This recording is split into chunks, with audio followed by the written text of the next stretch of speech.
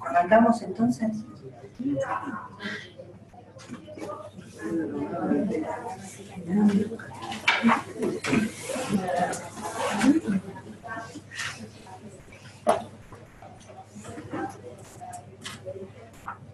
Bueno chicos, yo ya me presenté la otra vez, soy terapista infectóloga, médica de planta del Hospital Muniz.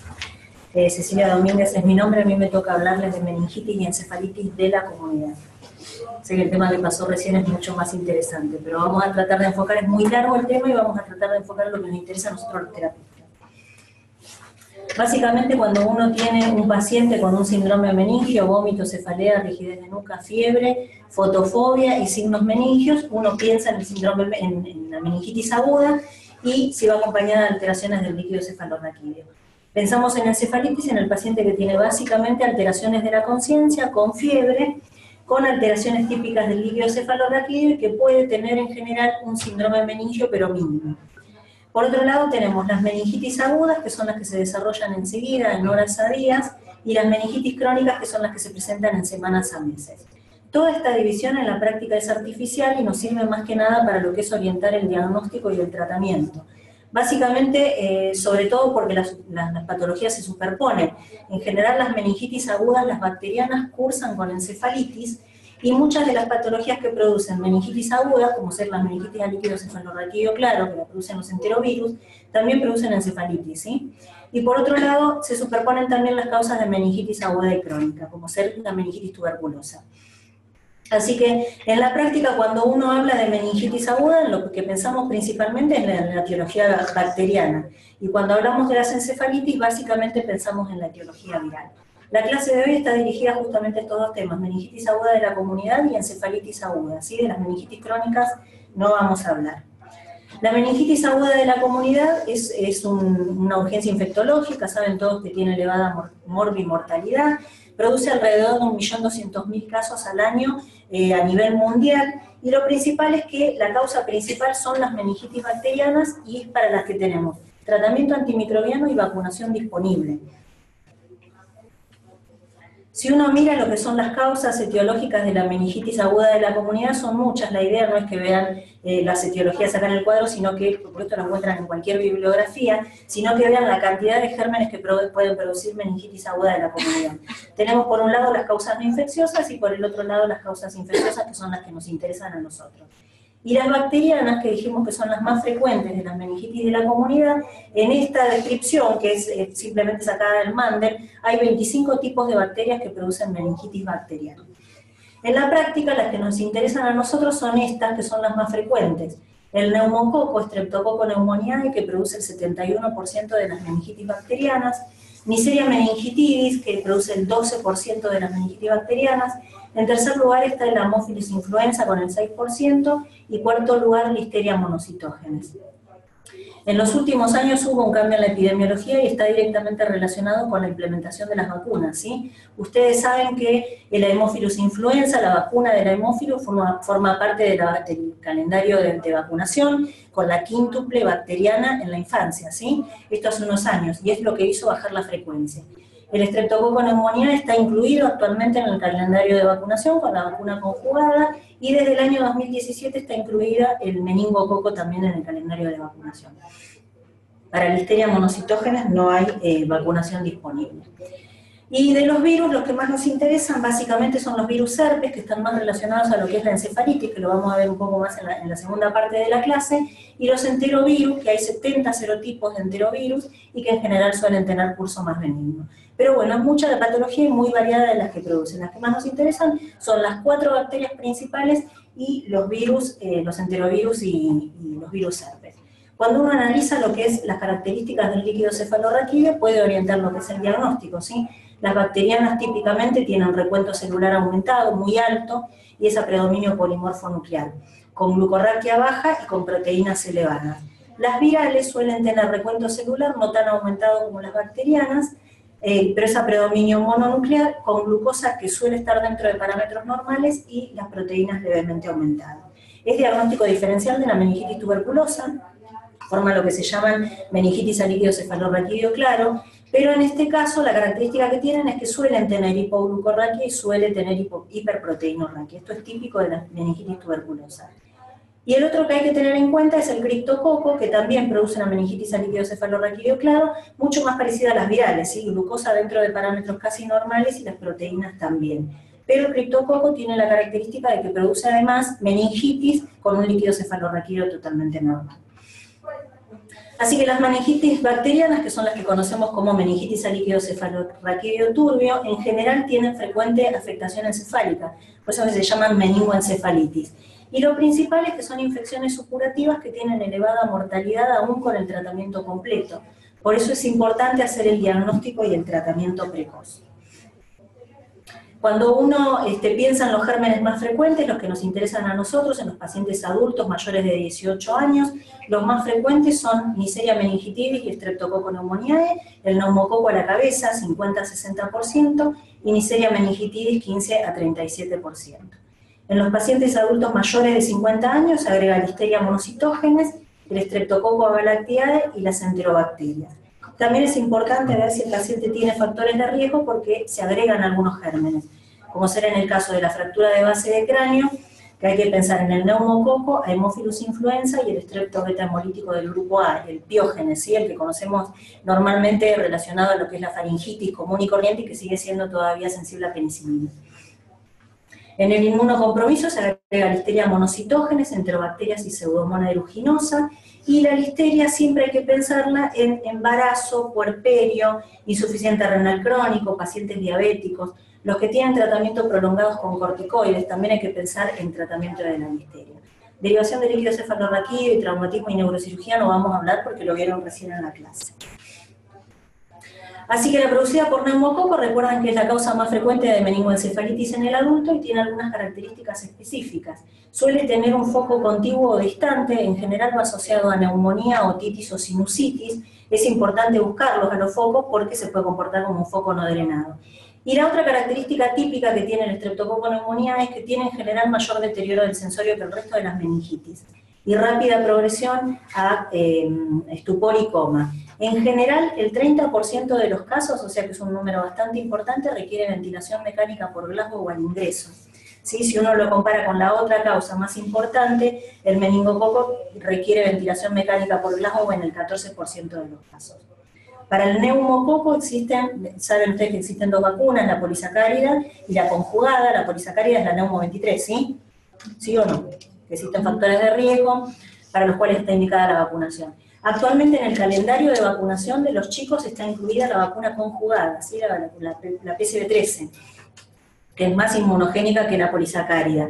Y está incluida con una dosis a los 2 meses, a los 4 meses y un refuerzo a los 12 meses. El meningococo acá en Argentina produce entre 170 a 300 casos por año. El grupo etario que principalmente es afectado son los menores de 5 años. Esta es la distribución por grupos etarios y por años desde el año 2012 a 2015 acá en Argentina. Lo que se ve acá es la edad, ¿sí? La distribución por grupo etario, la primera fila el 2012, la última fila el 2015. ¿Sí? Si ven, el de 1 a 5 años es el grupo afectado con mayor frecuencia y hay una disminución de los casos desde el 2012 a 2015 en prácticamente todos los grupos etarios, excepto entre 10 y 14 años, que hubo un aumento en el año 2015. Pero todos los grupos tienen frecuencia de meningitis por meningococo, si bien en menor número que los chicos menores de 5 años.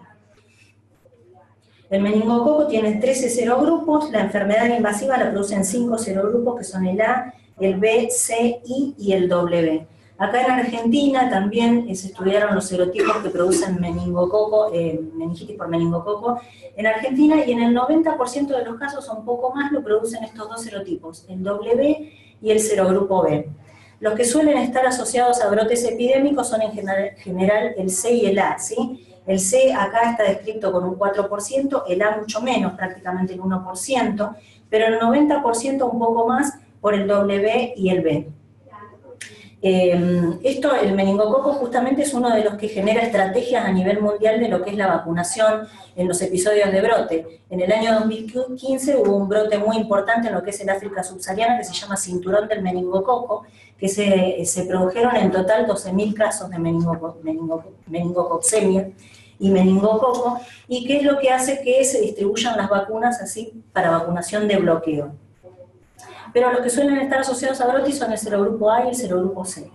Desde el año 2017 la vacuna del meningococo está incluida en el calendario de vacunación, esto es de hace un año, y la que está incluida es la tetravalente, que si se fijan tiene los serogrupos A, C, I y el W, no está incluido el serogrupo B, ¿sí? Esto es obligatorio entre los 3 y 5 meses, 2 dosis, un refuerzo a los 15 meses, y a los 11 años una dosis única, si uno se vacuna en el periodo después de los 11 años. La vacunación contra el serogrupo B existe, es una única vacuna y uno la puede administrar, pero después de los 10 años. No está indicada en el calendario de vacunación actualmente. La meningitis por meningococo también puede producir meningococcemia con o sin meningitis. Lo que produce en el 50-70% de los casos son lesiones en piel, que lo que hace son unas lesiones de tipo purpúrica que generan equimosis así confluentes, ¿sí? Esto es diagnóstico diferencial de la sepsis por neumococo también, produce lesiones muy parecidas, y de las meningitis bacterianas por Staphylo aureus, ¿sí? Cuando uno ve este tipo de lesiones son las cosas que tiene que sospechar. Y en los casos más severos produce compromiso distal, necrosis e incluso amputación de los miembros. ¿Vieron esto alguna vez? No. Yo tuve oportunidad de verlo, desgraciadamente, en chicos jóvenes. ¿Sí? En algunos casos la complicación principal que tiene es que produce hemorragia del adrenal con shock refractario y coagulación intravascular diseminada. Esos son los casos más severos.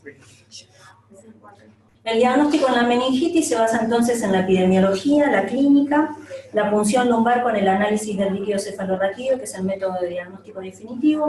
Todo paciente con diagnóstico de meningitis bacteriana se debe hemocultivar. Si existen lesiones cutáneas, está indicado realizar punción aspiración de lesiones cutáneas y, por supuesto, la realización de las neuroimágenes. Así que en la meningitis bacteriana aguda, en general uno tiene un comienzo brusco de cefalea y fiebre, es lo típico, con grados variables de deterioro del sensorio. En el examen físico está indicado buscar rigidez de nuca, los signos meningios, las lesiones en piel y, por supuesto, interrogatorio exhaustivo acerca de la epidemiología. Esto es básicamente apuntado a los casos de meningococo en periodos de brote, que recuerden que son el A y el C. Cuando uno tiene un paciente con vómito, cefalea, rigidez de nuca, fotofobia y signos meningios, es muy fácil, ¿sí?, establecer el diagnóstico de meningitis bacteriana. En la práctica, los pacientes, los síntomas más frecuentes, que son cefalea, fiebre, rigidez de nuca y alteración del sensorio, están presentes en el 80% de los casos. Los dos más importantes, que son fiebre y cefalea, son los que se presentan con más frecuencia, 95% de los casos. Y la asociación de 3 de estos signos se presenta solamente en el 44% de los casos, o sea, menos de la mitad presenta un síndrome meningio completo. Por otro lado, los signos meningios se presentan en menos del 50% de los casos, si bien son altamente específicos, son poco sensibles, ¿sí? La sensibilidad está descrita alrededor del 5%. Cuando uno ve signos meningios también es muy fácil establecer el diagnóstico. La realidad es que se presenta con poca frecuencia. Y lo otro es que los adultos mayores de 65 años suelen tener como único síntoma asociado a una meningitis bacteriana alteraciones del sensorio. Esto se da en el 78 al 92% de los casos. Así que en la práctica, cuando uno tiene un paciente con fiebre y cefalea, o un adulto mayor de 65 años con deterioro del sensorio, se impone descartar el diagnóstico de meningitis bacteriana. El otro punto con el que nos encontramos habitualmente es que uno, recuerdan que es una urgencia infectológica y que uno debe administrar el tratamiento antimicrobiano dentro de los 30 minutos de recibido al paciente. Uno a veces retrasa lo que es la punción lumbar y el tratamiento antimicrobiano para realizar una tomografía computada, como les dijo recién Karina, ¿sí? El riesgo siempre que uno tiene miedo de la herniación cerebral. Esto está estudiado, cuál es el riesgo de la herniación cerebral secundaria a una punción lumbar. Sobre un total de 300 pacientes y está publicado. Los factores de riesgo que están asociados son inmunocompromiso, historia de enfermedad del sistema nervioso central, convulsiones en la semana previa, alteración neurológica con deterioro del sensorio y coma, imposibilidad de responder 2 preguntas o seguir órdenes consecutivas, la paresia ocular o facial y la paresia del miembro inferior. Las guías CIRSA, que son del año 2004, ¿sí?, porque no hubo mucho cambio con respecto a todo este tipo de conductas, incluye la mayoría de estos signos como contraindicación para realizar una punción lumbar sin una tomografía previa, ¿sí? Que son paciente inmunodeprimido, historia de enfermedad del sistema nervioso central, las convulsiones de reciente comienzo, el edema de papila, la alteración de la conciencia y el foco neurológico. Por otro lado, pareciera que el riesgo de herniación cerebral después de realizar una PL no es tan alto, ¿sí? 1.2% está descrito cuando hay edema de papila y 12% cuando existe hipertensión endocraniana. Y los síntomas aparecen en general dentro de las 8 horas después de realizar la punción. Así que en la práctica, cuando uno tiene sospecha de meningitis bacteriana aguda, que debe iniciar el tratamiento antimicrobiano lo antes posible, si el paciente no tiene edema de papila, signo de foco neurológico, o no tiene las contraindicaciones que vimos recién en la guía ITSA para realizar la PL, en ese paciente se puede realizar hemocultivos y la punción lumbar e iniciar inmediatamente posterior a esto la dosis de corticoides y el tratamiento antimicrobiano. Después se ajusta de acuerdo a lo que es el físico-químico y la tinción de Gram. Si no existe germen aislado, se continúa con tratamiento empírico, y si existe aislamiento de germen, se hace antibiótico ajustado. En el caso de que tuviera edema de papila, signos de foco neurológico, factores de riesgo, la indicación es realizar hemocultivos e iniciar inmediatamente los corticoides y el tratamiento antimicrobiano para la meningitis bacteriana, de acuerdo a lo que es los factores de riesgo y la edad. Después se realiza la tomografía computada y si no tiene lesión ocupante de espacio cerebral se puede hacer la punción lumbar, y si tiene lesión ocupante de espacio cerebral se continúa con lo que es diagnóstico y manejo de la lesión ocupante de espacio cerebral. Pero en la práctica, piensen que es una urgencia infectológica y que rápidamente uno tiene que administrar el tratamiento antimicrobiano. Así que con respecto a lo que es el estudio del líquido cefalorraquídeo, está indicado realizar Gram y cultivos, tiene una sensibilidad que va entre el 60 y el 90%, y hay que tener en cuenta que con una dosis sola de antibióticos el líquido cefalorraquídeo se esteriliza a las 2 horas para Neisseria meningitidis y a las 4 horas para el neumococo. Existen pruebas de diagnóstico rápido que son detección de antígenos, ¿sí? Aglutinación con partículas de látex. ¿Ustedes tienen los lugares donde trabajan? ¿Aglutinación? ¿No? ¿Inmuno? ¿Sí? Bueno, donde yo trabajo hay detección de partículas de látex. La indicación sería básicamente el paciente que tiene tratamiento antimicrobiano previo para detección de antígenos directamente en el líquido cefalorraquídeo. Pero tiene baja sensibilidad, baja especificidad y sobre todo genera falsos positivos. Por eso es que no se recomienda su utilización. Lo que sí se usa es la PCR en el líquido cefalorraquídeo, tiene una sensibilidad y una especificidad elevada y cada vez está más disponible en la mayoría de los lugares. ¿PCR tienen? ¿Sí? Sí. ¿Para qué? ¿Para qué gérmenes? ¿Para? No, de los más frecuentes, neumo, meningo, hemófilos, listeria. ¿No? No suele estar disponible, pero está cada vez más disponible. Donde yo trabajo, que es en el Hospital Muñiz, en este momento hay PCR para los gérmenes más comunes, ¿sí? También para los virus. Para los virus es más común que haya, sobre todo para los virus. Y la otra es el lactato en el líquido cefalorraquídeo. Vieron que es un instrumento para evaluar lo que es la meningitis posquirúrgica, básicamente. Siempre está la discusión de si el láctico sirve en la meningitis de la comunidad. Tiene una sensibilidad elevada, que es del 96%, un valor predictivo negativo que es alto, pero es poco específico, ¿sí? Para esta patología. Está elevado en hipoxia y en isquemia cerebral, y tampoco se recomienda utilizarlo como método de diagnóstico, sobre todo cuando tenemos el físico-químico y el Gram para hacer diagnóstico. Así que el lactato en el líquido cefalorraquídeo para meningitis posquirúrgica. En cuanto a lo que es el tratamiento de las meningitis al líquido cefalorraquídeo turbio, siempre debe iniciarse el tratamiento antimicrobiano lo antes posible, entre los 30 a 60 minutos. El antibiótico tiene que estar dirigido a la edad, como bien vimos recién, y a los factores de riesgo. Se administra siempre una dosis de dexametasona, la dosis de corticoides, ahora lo vamos a ver, pero en el único que está demostrado que es efectivo es en el neumococo. Básicamente, para el resto de las meningitis no está indicado, por lo menos las meningitis bacterianas. Pero uno, cuando recién tiene el paciente con un síndrome meningio, no tiene posibilidades de saber si está con un neumococo o con un meningococo. Las dosis son de 0,15 miligramos kilo cada 6 horas durante 4 días o de 0,4 miligramos kilo cada 12 horas por 2 días. La primera dosis se administra siempre previa al tratamiento antimicrobiano y lo que hace es disminuir la respuesta inflamatoria de la lisis bacteriana por el antibiótico en el líquido cefalorraquídeo. Entre las medidas generales están el sostén hemodinámico, el manejo de la hipertensión endocraniana y está indicado realizar carga y mantenimiento de epamin, de fenitoína, cuando tenemos un Glasgow menor de 8. Otro de los puntos con los que nos encontramos frecuentemente los terapistas es cuando el paciente tiene criterio de ingreso a terapia intensiva.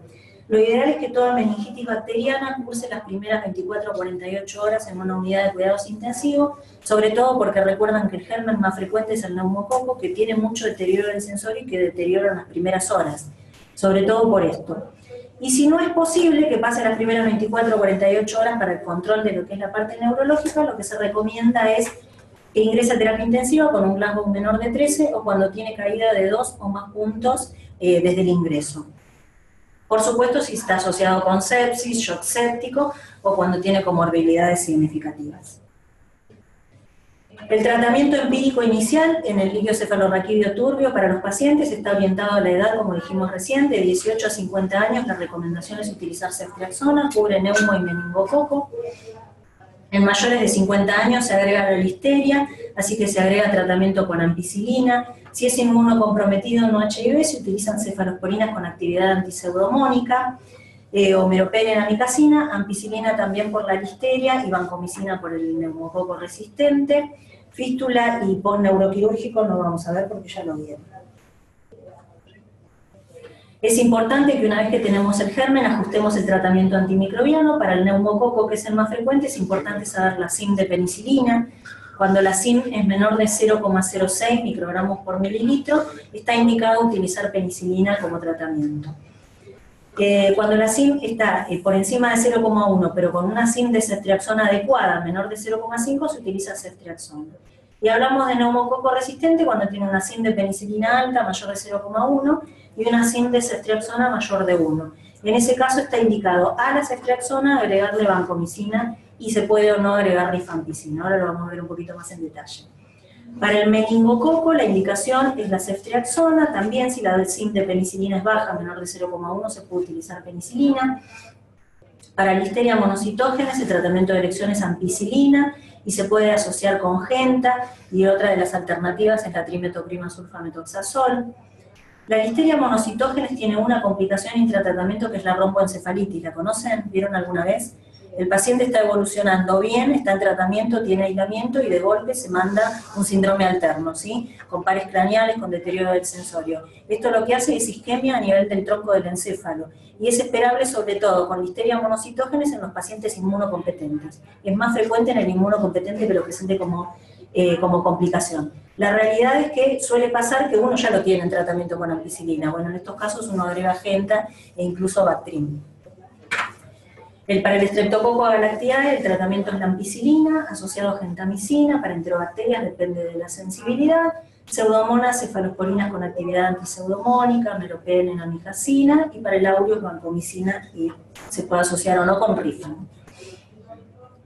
Para las meningitis, las meningoencefalitis purulentas se utilizan dosis máximas de los antibióticos, ceftriaxonas 2 cada 8 a 12 horas, cefotax 2 gramos cada 4, ceftazidima 2 gramos cada 8 horas, ampicilina 12 gramos día, penicilina 24 millones de unidades día dividido cada 4 horas, vancomicina se utilizan dosis máximas 60 miligramos kilo día, hasta 60 miligramos kilo día.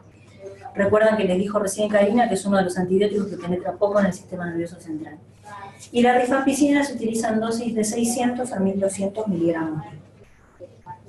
Para el caso de las meningitis virales, está indicado tratamiento de sostén. Existe un antiviral que es el pleconaril, que evita la replicación del virus, bloquea la unión a receptores, concentra bien en el sistema nervioso central, 4 veces más que en el suero, pero no está aprobado por la FDA, sobre todo porque compite con ciertas enzimas, ¿sí? Probablemente en algún momento lo aprueben o no, eso no lo sabemos, pero sepan que existe. El otro punto es cuándo repunzar los pacientes con una meningitis purulenta. ¿Ustedes punzan de rutina? ¿Hacen control de la meningitis purulenta? ¿Alguno hace control? Bueno, a veces es una cuestión institucional. ¿Ninguno hace control de la meningitis purulenta? Donde yo trabajo, normalmente a las 48 horas se repunzan las meningitis purulentas para ver cuál es la evolución que está teniendo. En la práctica está indicado solamente si tiene mala evolución clínica o si tiene un neumococo, y especialmente cuando uno sospecha resistencia. Esas serían las únicas indicaciones de repunzar a un paciente a las 48 horas, sobre todo cuando hay duda diagnóstica.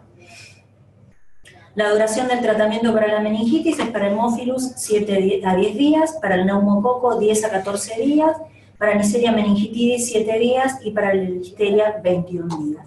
Los que más tienen mortalidad son el neumococo y listeria monocitógenes, que es la más elevada, ¿sí? Neumococo resistente a penicilina. ¿Tuvieron alguna vez algún neumococo resistente a peni? ¿Suelen tener meningitis bacteriana? ¿Las ven ustedes? ¿Sí? Nunca un neumococo resistente. La realidad es que es poco prevalente en nuestro medio el neumococo resistente. Sí, uno lo ve porque normalmente se guían lo que son las publicaciones internacionales, pero acá en Argentina, por lo menos para la población adulta, es poco prevalente. Solo del 4%. Existen factores de riesgo asociados al neumococo resistente, que son la edad mayor de 65 años, el tratamiento con beta-lactámicos los 3 meses previos, el etinismo, comorbilidades, inmunosupresión, la exposición a niños en guarderías y cuando la fuente puede ser oído medio o senos paranasales. El tratamiento para el neumococo resistente es la asociación de ceftriaxona con vancomicina, se puede asociar o no rifampicina, y recuerden que una de las indicaciones de los corticoides es justamente para la meningitis por neumococo, así que va asociado con corticoides. El tema es que los corticoides disminuyen la penetración de la vancomicina en el líquido cefalorraquídeo, por eso es que está indicado utilizar o dosis altas de vancomicina, dosis máxima 60 miligramos kilo día, o asociada con rifampicina, o utilizarlas en infusión continua. Esa sería una indicación. Pero solo si hay resistencia a penicilina más del 20% y resistencia a ceftriaxona más del 4%. En la práctica, en nuestro medio, sería suficiente utilizar ceftriaxona para la meningitis por neumococo. La realidad es que siempre uno le pone ceftriaxona con vancomicina, pero todavía no tenemos un número como para justificarlo. Y recuerden que la vancomicina penetra poco en el líquido cefalorraquídeo. Por supuesto, está la procalcitanina, que es uno de los biomarcadores que se utiliza ahora, está asociado tiene buena correlación en la sepsis asociada a meningitis bacteriana. Les dijo recién Karina, sí, que se utiliza también en el líquido cefalorraquídeo, pero que todavía no está del todo validado, y que sería de utilidad para diferenciar lo que son la sepsis por meningitis aguda bacteriana de la viral, pero por supuesto sirve solamente como complemento en el diagnóstico. Hasta ahí, meningitis bacteriana. ¿Alguna pregunta? Igual ahora vamos a ver un poquito más de lo que es manejo en general. Yo tengo una duda, no sé si es que lo entendí mal o vi mal la diapositiva cuando dice PL sin TAC y creo que estaban los factores de riesgo, o sea, en realidad PL sin TAC sería para todos los pacientes que incluyen esa lista. Los que no tienen foco neurológico, ni edema de papila, ni esa lista, se puede hacer PL sin tomografía. Está bien. ¿Sí? ¿Quedó claro? ¿Y el tratamiento con vancomicina? ¿Se recomienda a un nivel sérico para la meningitis? Y en realidad se mantienen dosis altas, 20 a 25, hasta 30, es lo que se recomienda para la vancomicina. Pero bueno, saben que no se puede medir la vancomicina en el líquido cefalorraquídeo, es lo que dijo recién Karina, ¿sí? Así que bueno, es una de las estrategias a utilizar, es combinarlo con rifampicina, usar dosis altas, usar infusión prolongada, que uno más o menos se asegura que penetra en el líquido cefalorraquídeo. Bueno, hablamos de encefalitis básicamente cuando el paciente tiene alteración del sensorio y fiebre. Básicamente cuando uno piensa en encefalitis piensa principalmente en lo que son los virus, ¿sí? Pero existe también un montón de gérmenes que pueden producir encefalitis. ¿Cuál es la repercusión principal de un paciente con encefalitis? Bueno, varias cosas. Primero, que son pacientes que suelen requerir internación prolongada. Segundo, que consumen gran cantidad de pruebas para lo que es llegar al diagnóstico etiológico. Tercero, que tienen alto porcentaje de secuelas y mortalidad. Y lo último es que en la mayor parte de los casos quedan sin diagnóstico etiológico, como deben saber la mayoría de ustedes, ¿sí? Así que bueno, cuando uno habla de encefalitis, básicamente piensa en los virus. Los principales que producen encefalitis son estos que vemos acá, pero están descritos alrededor de 100 virus que producen encefalitis, y en cada lugar geográfico hay prevalencia de alguno sobre otro de acuerdo a lo que es la epidemiología.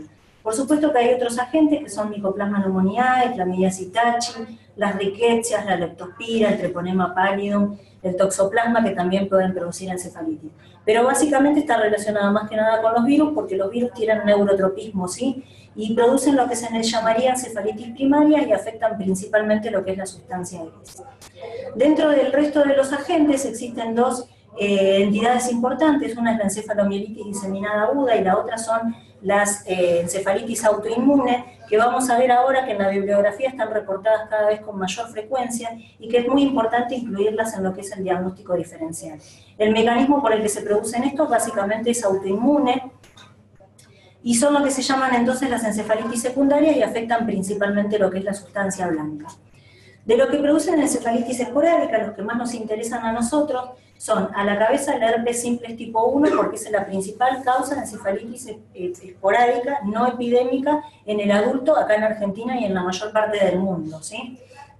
Y lo vamos a ver un poquito más en detalle. Por supuesto que es por la que hablamos de que la encefalitis también es una urgencia infectológica, porque el tratamiento que le ponemos es justamente para el herpes simplex tipo 1, que es el aciclovir, que es efectivo y es eficaz. El herpes simplex tipo 2 produce encefalitis, pero más que nada en los lactantes, no es un grupo etario que nos interesa a nosotros. En tercer lugar, o en segundo lugar, después del virus herpes simple, está el virus varicela zoster. El varicela zoster en general produce, como complicación de lo que es la varicela, enseguida, 2 semanas antes o 2 semanas después de la erupción, o durante el curso de la erupción, pero aparece también como complicación del zoster. El periodo en el que se produce antes o después es mucho más prolongado. En general aparece 30 días antes de la erupción del zóster o hasta 8 meses posterior. Pero también está descrito casos que no tuvieron lesión cutánea, ¿sí? Por eso es importante que cuando uno tiene un paciente con encefalitis, lo primero que descartan son las causas bacterianas siempre, el herpes simplex tipo 1 y le sigue en orden de frecuencia el virus varicela zoster a descartar. Porque muchas veces no tiene relación con lo que es la erupción. Los otros a tener en cuenta son los enterovirus. Recuerden también que producen meningitis a líquido cefalorraquídeo claro, son 70 serotipos y en general suelen tener buen pronóstico. También se buscan en segundo escalón después de los herpes simples. El sarampión es otro de los que hay que tener en cuenta, porque saben que después de toda la movida esta que hay de no vacunar a los chicos, aparecieron brotes nuevamente. Hubo un brote grande en Italia en el año 2015 y actualmente están apareciendo en Centroamérica y ya llegaron algunos casos acá en Argentina. Entonces es importante tenerlo en cuenta. Y los otros de los epidémicos, van a ver que en cada lugar donde uno busca bibliografía van a ver distintos tipos de virus que están relacionados más que nada con la transmisión de artrópodos, sobre todo mosquitos y garrapatas. Los que nos interesan a nosotros acá en Argentina son 2, que son la encefalitis de San Luis, porque hay casos reportados, en el año 2005 un brote, en el año 2010 otro brote acá en Buenos Aires, y en el año 2011 otro brote en la provincia de San Juan.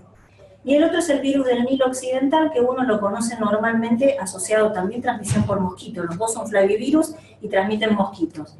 Uno lo ve habitualmente en lo que es la zona de África, en Asia y en Europa, pero a partir del año 2000 ya apareció en América y a partir de ahí se trasladó a Centroamérica y acá en Argentina ya hubo un caso reportado. Sí, uno solo reportado, pero hay que tenerlo en cuenta, y lo que sí hay que saber que también está reportado en animales, en equinos y en pájaros. Por eso es que hay que reconocerlo y tenerlo en cuenta.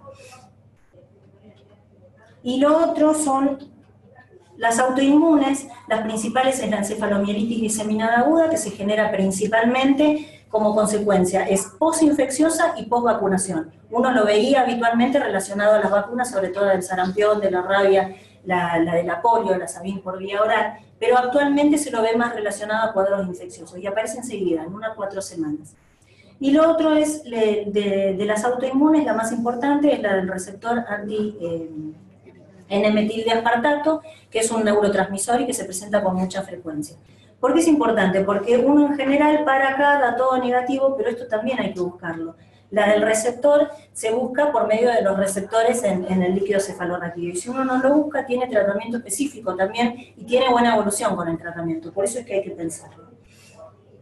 Así todo, en el 60% de los casos de las encefalitis quedan sin identificación del agente etiológico. Si uno busca en la bibliografía lo que son los casos de encefalitis en general, esto es el proyecto de encefalitis de California, ¿lo escucharon alguna vez? ¿No? Estudian todos los casos de encefalitis en un periodo prolongado, hace por lo menos 30 años que estudian, y sobre todo el inmunocompetente. Ellos encontraron que los virus son la causa más frecuente, dentro de estos los dos más importantes, el enterovirus 25% y con la misma frecuencia el herpes simple. Y le sigue en orden de frecuencia el virus varicela zoster. Y la otra causa que le sigue después de los virus son las autoinmunes con una frecuencia del 40%, ¿sí?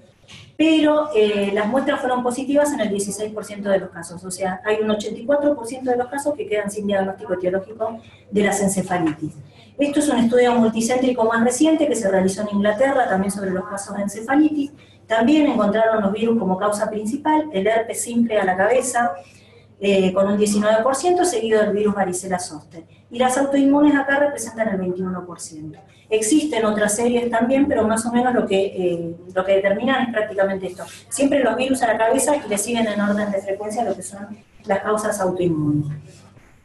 Para el diagnóstico de las encefalitis uno se basa en la clínica, siempre alteración del sensorio y fiebre, y puede tener agregado o no convulsiones y puede tener o no foco neurológico. La epidemiología es muy importante, el antecedente de viajes, contactos con mosquitos, por esto que dijimos recién, por las enfermedades que son que tienen epidemiología positiva, el antecedente de vacunación y proceso infeccioso previo en las 4 semanas anteriores por la encefalomielitis diseminada aguda. Se hace el estudio del líquido cefalorraquídeo, que en general ahora vamos a ver el físico-químico que tiene las características de los líquidos de los virus, descartar lo que son las causas bacterianas y en primer lugar buscar el herpes simplex tipo 1 y 2. Y si esto da negativo, se busca el virus varicela zoster y los enterovirus. Los otros estudios que apoyan lo que es el diagnóstico de encefalitis, uno son las neuroimágenes, principalmente lo que es la resonancia, que da cambios precoces y en algunos casos específicos, no son específicos ninguno, pero que orientan bastante a lo que es el cuadro etiológico de la encefalitis. Y el otro es el electroencefalograma, que también, de acuerdo al lugar donde descargan, puede orientar a lo que es el diagnóstico etiológico. Así que cuando uno tiene en general un paciente con una encefalitis, lo que debe evaluar es primero si se trata de un proceso infeccioso, que es lo que denominamos encefalitis. Segundo, si se trata de una encefalopatía tóxico-metabólica, que son las principales. Y en tercer lugar, determinar si se trata de un proceso autoinmune, básicamente la encefalomielitis diseminada aguda y las encefalitis autoinmunes.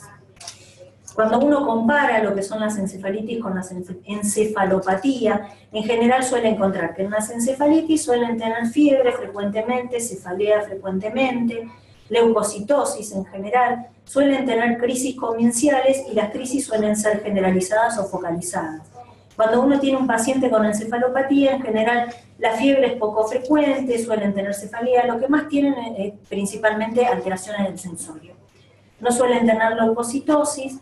Si tienen descargas, en general son generalizadas, y en el electroencefalograma lo que uno encuentra para la encefalopatía es que en general tienen enlentecimiento difuso, a diferencia de lo que es la encefalitis, que en general tienen descargas focales. Y en la resonancia magnética, que es el método de elección, uno encuentra generalmente en la encefalitis lesiones localizadas, sobre todo lo que es la sustancia gris, y en general en la encefalopatía no suele encontrar muchas alteraciones. Lo otro que hay que tener en cuenta es la comparación en lo que es la encefalomielitis diseminada aguda y la encefalitis viral.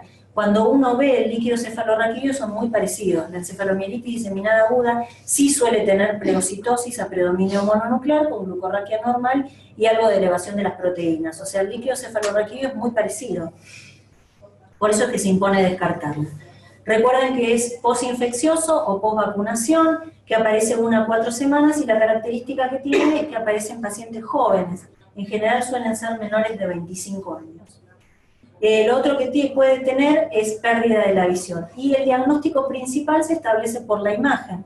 Recuerden que en la resonancia magnética, la encefalitis viral afecta lo que es la sustancia gris, y en la encefalomielitis diseminada aguda lo que uno tiene es afectación de la sustancia blanca.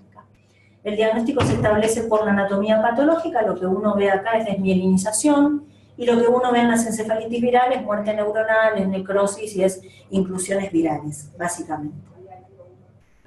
Con respecto a lo que es la encefalitis herpética, que es la más frecuente de todas, es la principal causa de encefalitis esporádica, así que la vamos a ver un poquito más en detalle. En general se produce por primoinfección o en el transcurso de una reactivación. En 2/3 de los casos es secundario a una reactivación, ¿sí? Menos frecuentemente por una primoinfección. Y la implicancia de esto es que la mortalidad es elevada si uno no tiene tratamiento, y por supuesto las secuelas también. La mortalidad está descrita entre el 70 al 75%, y las secuelas son de más del 90% sin tratamiento adecuado. En cuanto a lo que son los métodos complementarios, lo que se utiliza es la PCR en el líquido cefalorraquídeo para el herpes simple. tiene sensibilidad y especificidad elevada, esto sí tienen disponible en casi todos lados, ¿no? Sí. Sí, esto está disponible en todos lados. ¿Sí? ¿Algunos lo tienen? ¿No? Tiene alto valor predictivo positivo y negativo, y lo que hay que tener en cuenta es que puede dar falsos negativos si la muestra está contaminada con sangre. Esto es una complicación frecuente. A veces uno al principio le cuesta un poco, se contamina con sangre, bueno, tienen que tener en cuenta que la PCR puede dar negativa. Y si da negativa, en general lo que se hace es repetirla a las 72 horas o incluso a los 7 días. O sea que uno descarta el diagnóstico de encefalitis por herpes simple con 2 PCRs negativas, con uno solo no lo descarta. Lo otro que tiene a nivel del electroencefalograma es que suele mostrar descargas epileptiformes a nivel temporal o frontotemporal, y en general aparecen a los 5 días de iniciado el cuadro. Y en cuanto a lo que son las imágenes, la tomografía muestra imágenes que son de tipo tardía, también a nivel temporal o frontovasal. Lo que muestran son imágenes hipodensas que tienen edema, que tienen efecto de masa, que refuerzan con contraste y que pueden tener hemorragia. La imagen de elección es la resonancia magnética, muestra cambios precoces en lo que es T2 y FLAIR, y sobre todo en la difusión. En la difusión aparecen más precozmente. El tratamiento específico es el tratamiento con aciclovir, 10 miligramos kilo cada 8 horas, y se trata por 14 a 21 días. Lo que se hace en cuanto a lo que es el manejo del tratamiento para el herpes, normalmente a los 7 días se repite la PL y se ve la PCR en el líquido cefalorraquídeo. Si el paciente evolucionó bien y a los 10 días tiene una PCR negativa, con 14 días de tratamiento está bien. Si sigue positiva, se completa el tratamiento hasta 21 días, lo mismo que si no está evolucionando bien. Recuerden que disminuye la terapéutica precoz y temprano, disminuye lo que es la mortalidad y las secuelas. La mortalidad estaba del 70 al 75%, disminuye al 20%, y las secuelas, que eran del 90%, disminuyen al 38%. Y la mortalidad también está directamente relacionada con el Glasgow del ingreso al paciente. Si el Glasgow es malo del paciente, probablemente ande mal. Lo otro que tiene de tratamiento de la encefalitis herpética es el tratamiento de sostén, que son básicamente las medidas de hipertensión endocraniana que están acostumbrados a manejar. Los corticoides, hiperventilación, barbitúricos, osmoterapia y la hipotermia terapéutica. Lo que hay con respecto a esto, las publicaciones, es todo serie de casos, y la recomendación es hacer enfoque multimodal con manejo de todo lo que es la hipertensión endocraniana, y utilizar el tratamiento quirúrgico, que es básicamente la craniectomía descompresiva, cuando hay hipertensión endocraniana refractaria. El otro que tenemos que tener en cuenta, recuerden acá en Argentina, la encefalitis de San Luis, en el año 2015, un brote en Córdoba, 48 casos, 9 de ellos fallecidos, ¿sí? Es un flavivirus, lo transmiten los mosquitos de la especie del Culex, varios del Culex, y el reservorio suelen ser las palomas, las torcasas, ¿sí? Pero hay también otro tipo de aves urbanas que actúan como reservorio. En general produce infección leve, en general asintomática, y en las que produce encefalitis graves en los pacientes ancianos. Por eso es que hay que tenerlo en cuenta. Hubo un brote entonces en Córdoba en el año 2005, el otro acá en Buenos Aires fue en el año 2010, 11 casos, 50% cursaron con encefalitis, casi 50%, y el último fue en el año 2011 en San Juan, también 11 casos, también 50% cursaron con encefalitis. Después de eso hay reportes de casos esporádicos en Buenos Aires, en la ciudad de Buenos Aires, en Chaco, Santa Fe, Entre Ríos, Tucumán y Jujuy. En este cuadro de la derecha se ve el reporte del único caso que hubo acá en Buenos Aires en el año 2015. Por eso es que hay que tenerlo en cuenta. Para la encefalitis de San Luis, al igual que para la mayoría de las encefalitis producidas por virus, no existe tratamiento específico, básicamente es tratamiento de sostén, y está aprobado en este caso, pero son reportes de casos del interferón como tratamiento que se estuvo usando en algún momento. Lo otro que hay que tener en cuenta, recuerden, dentro de las autoinmunes, la encefalitis producida por los receptores antirreceptor en metil de aspartato, en general también tiene frecuencia en menores de 30 años. Hay algunas series que lo describen como causa más frecuente de encefalitis, incluso que el herpes simple, que el virus varicela zoster, y la encefalitis del Nilo occidental, por eso hay que tenerlo en cuenta. Y lo otro es que existe asociación con cuadros previos de encefalitis por herpes simple tipo 1 y sobre todo con micoplasma pneumoniae. Y recuerden que para esto también existe tratamiento, que si uno hace el diagnóstico, que es por medio de detección de los anticuerpos en el líquido cefalorraquídeo, el tratamiento es inmunosupresor. Y hay dos escalas. Uno utiliza una primera escala y si el paciente no responde bien, segunda escala de tratamiento inmunosupresor. Y en general suelen tener secuelas leves y recuperación completa. Por eso es tan importante hacer el diagnóstico diferencial, sobre todo en los pacientes jóvenes. En las mujeres hay que buscar asociación con el teratoma ovárico y hay que buscarlo. Y de primer escalón de tratamiento inmunosupresor se utilizan corticoides e inmunoglobulinas, y segundo escalón la plasmaféresis, rituximab y ciclofosfamida. Para la encefalomielitis diseminada aguda, recuerden también que es en pacientes jóvenes. En este caso existe el antecedente de la vacunación al proceso infeccioso, básicamente proceso infeccioso 1 a 4 semanas, y que da característicamente lesiones en la sustancia blanca. Así que cuando uno tiene un paciente con una encefalitis, se debe establecer lo que es un síndrome encefalítico mínimo, que lo tenemos con un paciente que tiene fiebre y alteraciones de la conciencia, y que puede tener o no convulsiones y que puede tener o no signos de foco. En este caso uno hace el estudio del líquido cefalorraquídeo. Primero hay que descartar lo que son las meningitis bacterianas. Básicamente tienen pleocitosis a predominio mononuclear, no suele ser muy alto, glucorraquia casi dentro de parámetros normales y las proteínas levemente aumentadas. Pero hay un 4% de los casos que cursan con líquido cefalorraquídeo normal. En el análisis del líquido cefalorraquídeo, el físico-químico es lo que dijimos recién. La glucorraquia es normal en el 95% de los casos. Y lo que hay que tener en cuenta es que los flavivirus, sobre todo el virus del Nilo occidental, puede cursar al principio con predominio de polimorfonucleares. Recuerden que es uno de los que tenemos que pensar nosotros acá en Argentina. Entonces, de primer escalón, uno debe descartar lo que son las causas bacterianas, Gram y cultivo para gérmenes comunes, sin Nielsen y tinta china, porque son diagnóstico diferencial de las características del líquido cefalorraquídeo y si está indicado el cultivo.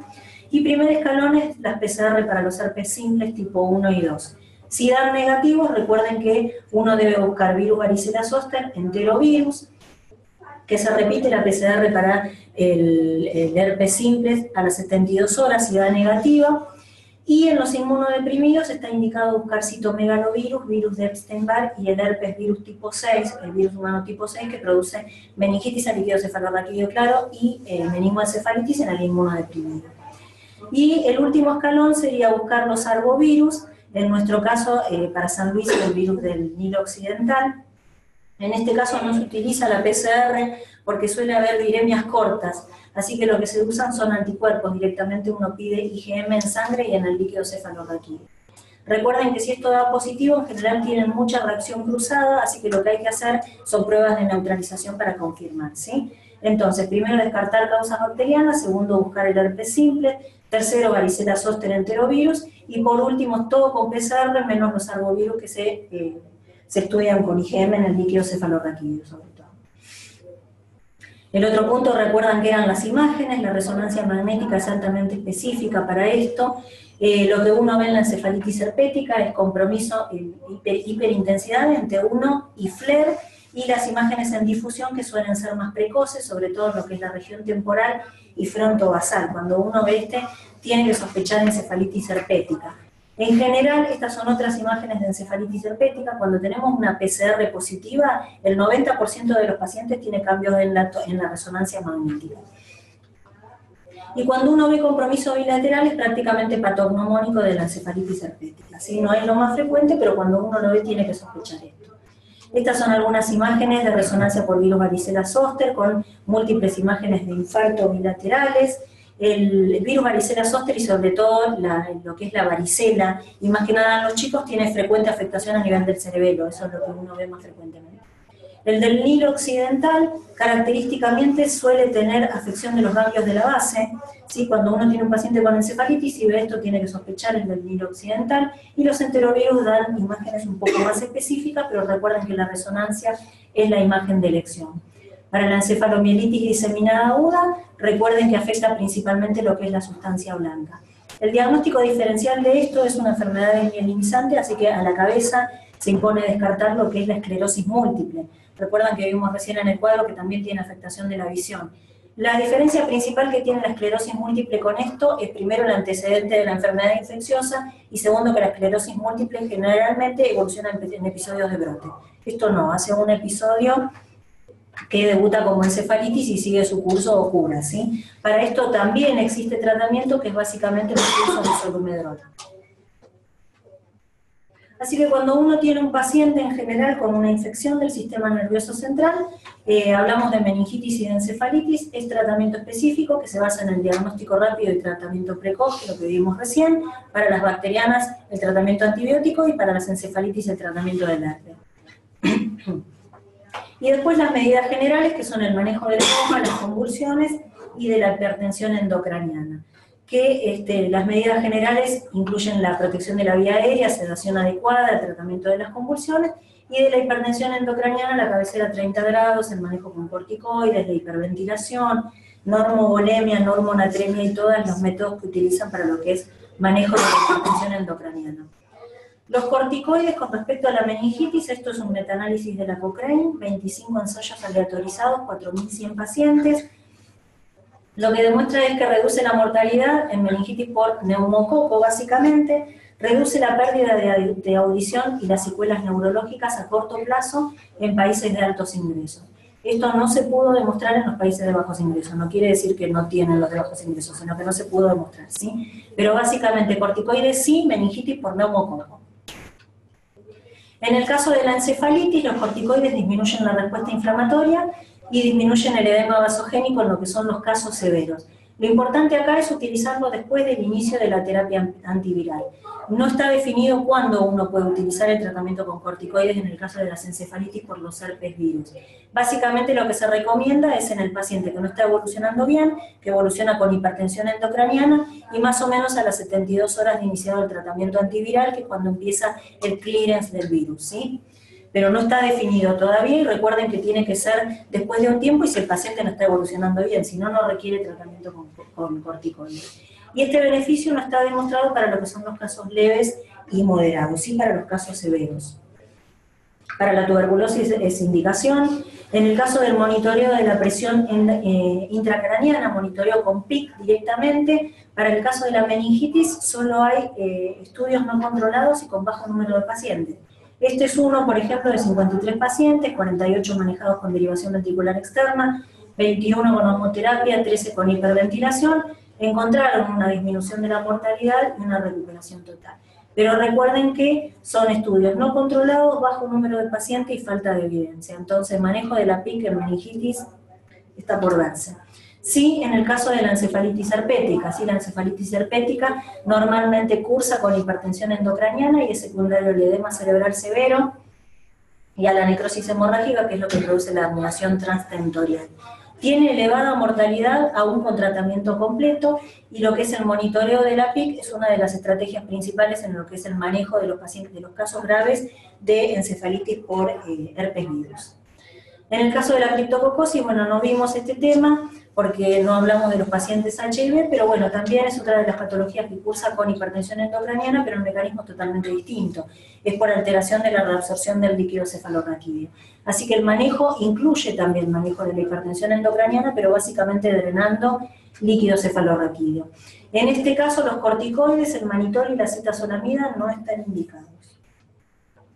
En cuanto a lo que es las terapias osmóticas, el manitol y el sodio hipertónico, para el caso de la meningitis, no fueron probados, se utilizó glicerol y lo único que demostró fue disminuir la sordera en niños. Para el caso de la encefalitis tampoco hay ensayos controlados que evalúen su eficacia. Y con respecto a lo que son el resto de las medidas de hipertensión endocraniana, la hiperventilación hace vasoconstricción hipocármica y disminuye el volumen sanguíneo cerebral, el coma barbitúrico que requiere monitoreo hemodinámico y electroencefalograma continuo, y la hipotermia terapéutica que lo que hace es limitar los efectos secundarios de la citoquina. Para todo esto lo que hay es recomendación y es basada en serie de casos. En cuanto a lo que es el tratamiento de las convulsiones, para la meningitis la indicación es Glasgow menor de 8, para el caso de las encefalitis el 75-80% de los casos presentan actividad comicial, así que llevan carga y mantenimiento. Lo que es la profilaxis, tanto para la meningitis como para las encefalitis, es controvertido, ¿sí? En general la encefalitis requiere tratamiento, para las meningitis es controvertido con Glasgow mayor de 8. Y por último, el tratamiento quirúrgico, que es la craniectomía descompresiva. En el caso de la encefalitis herpética se basa en serie de casos. También demostró disminución de la mortalidad y mejores resultados, pero para la hipertensión endocraniana refractaria. Pero recuerden que es basada en serie de casos. Para el caso de las encefalitis no herpéticas, está estudiado para lo que es micoplasma, toxoplasma, encefalitis por estreptococo pneumoniae y listeria. También es basada en serie de casos, pero en general con mala respuesta. Así que tratamiento de la hipertensión endocraniana y craniectomía descompresiva, básicamente para la encefalitis herpética. Nada más. ¿Alguna pregunta? Inmunocomprometido, sobre todo oncohematológico, que realizan esos tratamientos que se puede dar leucoencefalopatía posterior reversible, y qué es diagnóstico diferencial de encefalitis, sobre todo en las... Y básicamente la resonancia, las imágenes. Lo que vos estás obligado en esos pacientes es a buscar el resto de los virus. Especialmente la punción lupar, yo estoy obligado a pedirle PCR para sí, sí, lo tenés que buscar sí igual. Sí, le tengo que sí, porque son PCR. factores de riesgo para encefalitis en ese grupo de riesgo. No puedo no pedirle PCR. Te digo que nos pasa mucho. No. Porque puede tener litio cefalorraquídeo normal y después lo detecto. Vos tenés un paciente que tiene un cuadro neurológico, que está inmunodeprimido, que tiene un cuadro de alteración del sensorio. ¿No le vas a hacer PCR? Es mejor que tener una PCR negativa. Aparte, uno normalmente lo tiene al alcance de la mano. El citomegalo, el Epstein-Barr, ese tipo de virus los tiene al alcance de la mano. Por ahí hay otros que es más complicado pedir. Pero en ese caso sí estás obligado a descartarlo. ¿Alguna otra pregunta? ¿No?